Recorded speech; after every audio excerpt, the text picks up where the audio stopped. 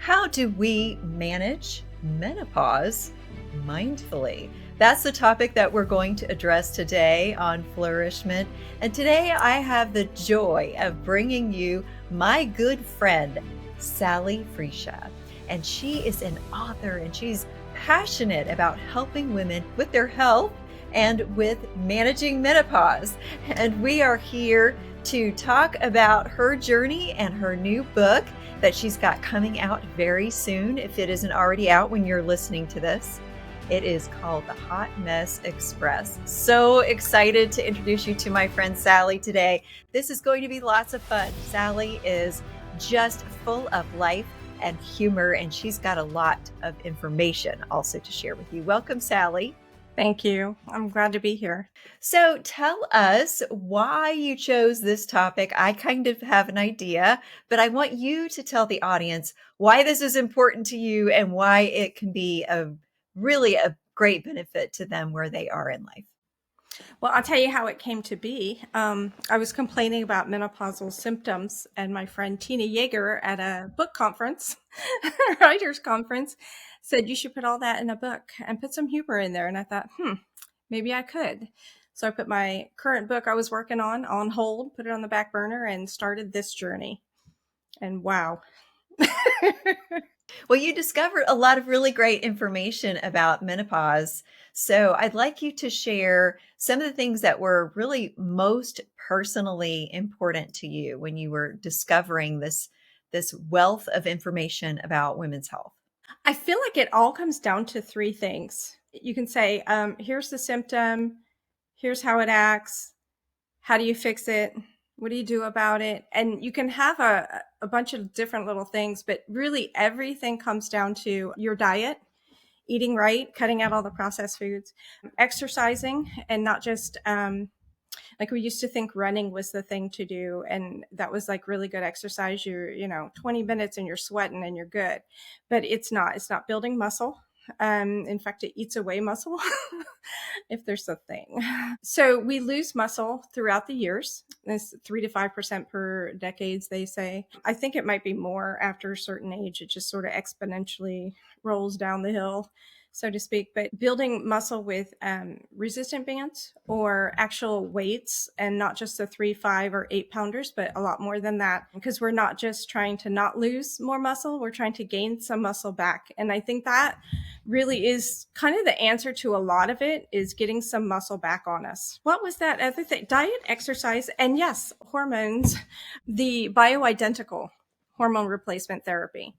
The major cause of most of the symptoms is loss of estrogen. So in order to get that back, some people eat certain foods to do that. And I think that works to a small extent. I think that the actual go to the doctor, get a prescription bioidentical hormone replacement therapy, not instead of just regular hormone replacement therapy that we used to hear about all the time. Doctors maxed you out at 3 years of that, and they said, okay, you can't do any more because it's too high a risk for breast cancer and some other things. But they've come up with the bioidentical, and you can just do that the rest of your life as long as you want to do it. Because we just worry about bone loss. I just dealt with my mother with a long bone fracture, what they call it. And that's the top of her femur. Yeah. On a cruise of all things, she was going to celebrate a year and a half of no migraines. And right when it was still at port, she tripped over a doorway. I have the little lip there, and fell, shattered her wrist, and broke her femur up by the hip. So they had to do a lot of surgery with her hand and her hip. My doctor, I was talking to him, I'm like, what do you even do? How do you avoid? But he said, a lot of times the doctors will put you on the prescriptions to, and I forget what class it is, but there's, a different names, but all the same kind of thing. And what it does is create a coating on the outside of the bone, so it makes your DEXA scan seem better, but it's like a hollow tube inside. So when you fall, you're still going to break stuff. And it's like, well, then what is the point? And he's like, Big Pharma making money. And I was like, oh my gosh, I can't even believe all the things.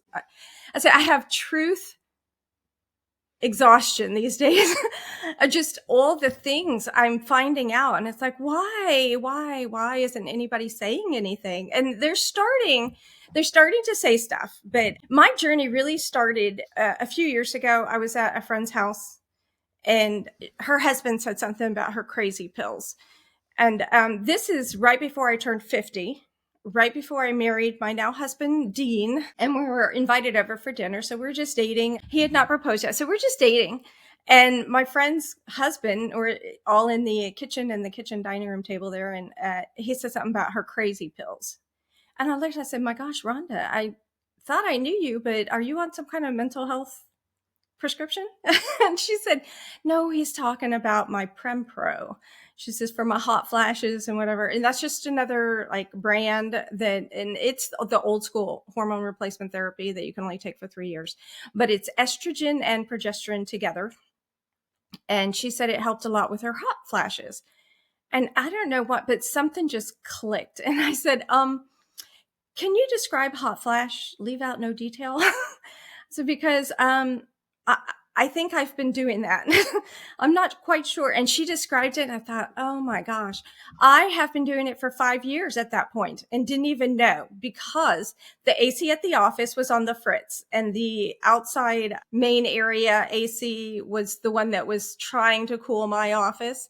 And then at home, I was at the end of the line at my bedroom. So I was just always hot. And then in my car, sometimes it was fritzing and sometimes so I just every time thought it was. But her answer, which was, I think, one of the most fabulous things I've ever heard and ever since then, even was just like one of the biggest like ticks on my list there, was to do a hot flash journal and just track it. And I said, I have a list of things here, but that's one of the major things that you can do is just make a list. How many times it's happening a day, how long it lasts. And I think you find that most of the time it's just 3 to 5 minutes. And if you know this thing is past, this too shall pass. In 3 to 5 minutes, you can hang in there. A really quick list of symptoms that we can look for of menopause, because not everybody has the hot flashes. Right. Well, that is the number one on the top 40 symptoms, according to the Menopause Room. It's like a Casey Kasem top 40. Yes. Coming in at number one, hot flashes. We're speaking to people who would know who Casey Kasem is, right? So, right. Well, they should. And if they don't, they're not too young for this. I feel like if you're a grown woman, you're not too young for this podcast, because there will be tips. I'll give you something. You need to be aware. My book, I laid out pretty much like the kids' song, head, shoulders, knees, and toes. I just went from the top to the bottom and just symptoms that come along. And there's some things, of course, that are the whole body. But number one is hot flashes. Number two, cold flashes. Number three, night sweats, which to me, that's all the same thing. You know, whether you're heating up or cooling, it's all the same thing. You've got temperature dysregulation. Yes. It reminds me of when we broke down in the middle of Needles, California, where it got down to 105 that night because our radiator overheated. They said the thermostat was broken. And oh, great. So that was fun. But that's kind of like what happens in your body. The thermostat is broken. And so you overheat, and then sometimes, you know, it stays open and you don't heat up enough, and then you overheat, and it's just all kinds of stuff. But let's see, heart palpitations, irritability, mood swings, been there, trouble sleeping, been there for over 10 years, still struggling through that. And my struggle, my journey is complicated by the fact, I think, that I had fibroids so bad. They finally just took my uterus, but they left the ovary so I could still keep making my own hormones. And I was supposed to not have, you know, so bad a problem with all that. But they do say that if you had issues with PMS in your younger years, you're likely to have more issues going through menopause, more symptoms. So I'm like, oh, okay, yeah, that's me. That's me.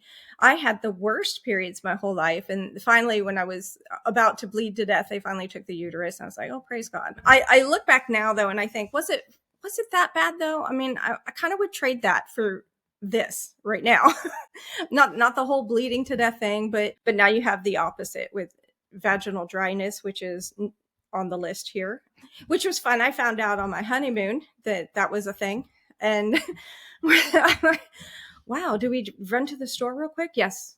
Yes. Figure it out. Well, yes. I'm not waiting all these years to finally get married, to not have a honeymoon properly. So we took care of that. Like, I wrote this book. I have holistic, over the counter, and prescription remedies for these pesky symptoms.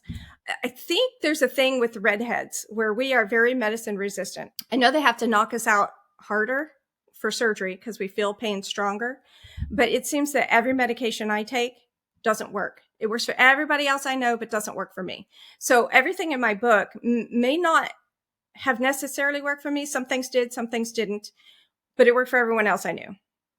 And it works for the mass majority. So you'll find whatever you need in this book, even if it doesn't work for me. So where can people find this book and stay connected with you? Well, April 22nd, I believe, of 2025 is when it becomes available. They can find me at Sally Friscea, FRISCEA.com, sallyfriscea.com. And through there, I have a newsletter you can sign up for, and we'll be letting you know through there when the book comes out.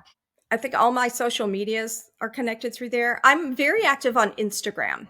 Every weekday night, so from Sunday evening through Thursday night, I am cultivating a list of things I share there on my stories. I hope that all of you listening enjoyed our conversation as much as I did, and that you were informed and inspired to go get Hot Mess Express for yourself so that you can have the tips you need regardless of where you are in your hormonal journey as a woman. And of course, I also hope that you will come back for the next episode of Flourishment.